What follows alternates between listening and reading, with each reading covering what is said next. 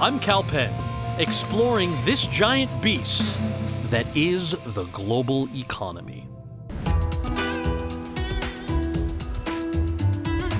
Hong Kong is a global financial hub, and due to its proximity to China, where copyright laws are rarely enforced, Hong Kong is the marketplace for nearly 25% of the world's counterfeit goods.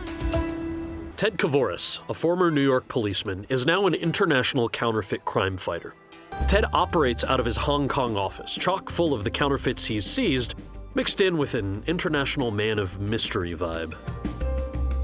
Engaging them and getting evidence of their activities is exactly what we do. And that involves us going undercover and document what they're actually doing. So what's the most interesting thing you guys have seized? Probably the most interesting would be the drug testing kits. They have fake, anatomical part of you that will let you take a urine test. Wait. So there's a real version of this. Oh, yeah. But this is a bootleg version. Yeah. I looked and listened for any signs of breath, checked for circulation or pulse, and I couldn't find any signs of life. She had a slight open skull fracture, and at that time I knew that she wasn't alive. Very safe to say that is one moment in my life that I will never forget. The fact that I had a 2-year-old at home, got to hit home. Main thing kept going through my mind was, this is somebody's kid and their world is...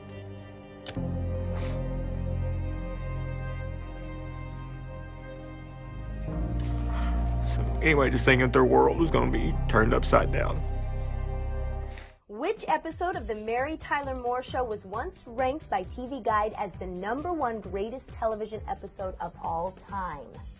On The Mary Tyler Moore Show? Mm-hmm. I think wasn't that the funeral, Chucky's funeral? The clown?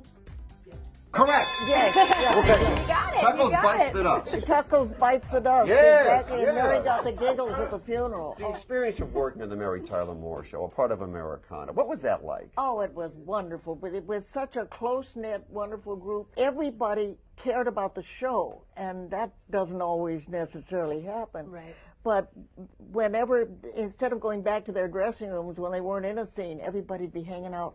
Now, why didn't that get a bigger laugh? What went wrong there? They were just, it was a joy. Zombies. We're fascinated with them. They're huge. They've seeped into pop culture. Why now? Well, I think at its core, zombies are kind of a physical, representation of everyone's natural fear of death. So I think that anytime people are worried about the stability of our civilization, they kind of gravitate toward apocalyptic storytelling, which, is good for The Walking Dead, not so good for society as a whole. Now, we have this pie. Look at this pie. That's a good-looking pie. That is a good-looking pie, right? Pie, yes. Now, you know who made this pie? One of our producers, Gary. Gary, where is producer Gary? Hey, Gary, nice pie, man.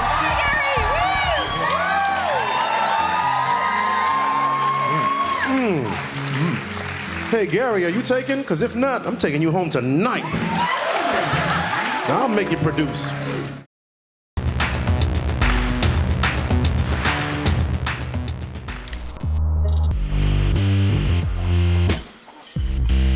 So in addition to the 14-course meal, we will have the staff gradually undressing.